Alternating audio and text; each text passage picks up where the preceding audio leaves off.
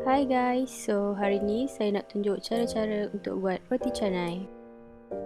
First, kita perlukan 4 cawan tepung gandum, setengah sudu kecil garam dan 2 sudu besar gula. Kemudian, gaulkan bahan-bahan tersebut sehingga sebati.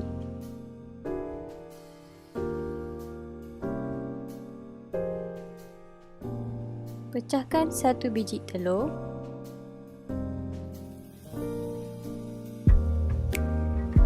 Dan masukkan 1 cawan air sedikit demi sedikit.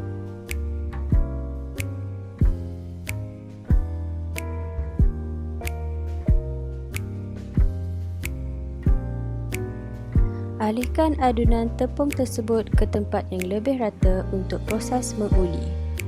Proses ini mengambil masa lebih kurang dalam 20 minit.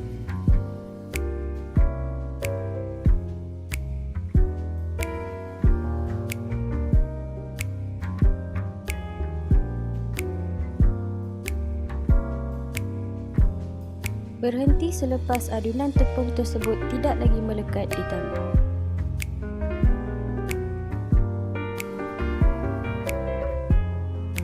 Kemudian, bahagikan doh kepada bahagian yang lebih kecil.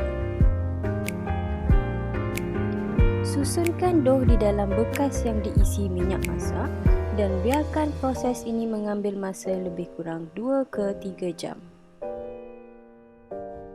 Kemudian, lepirkan doh dan biarkan ia rehat selama 3 ke 4 minit.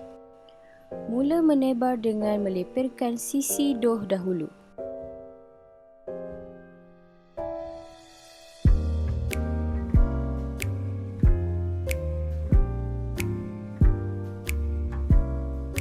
Lipat atau gulungkan doh mengikut kesukaan masing-masing.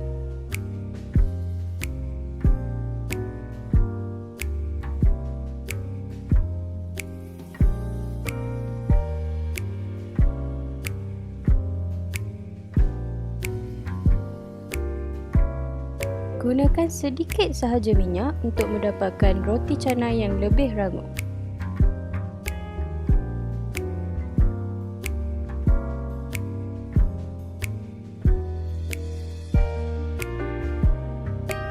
Dan siap!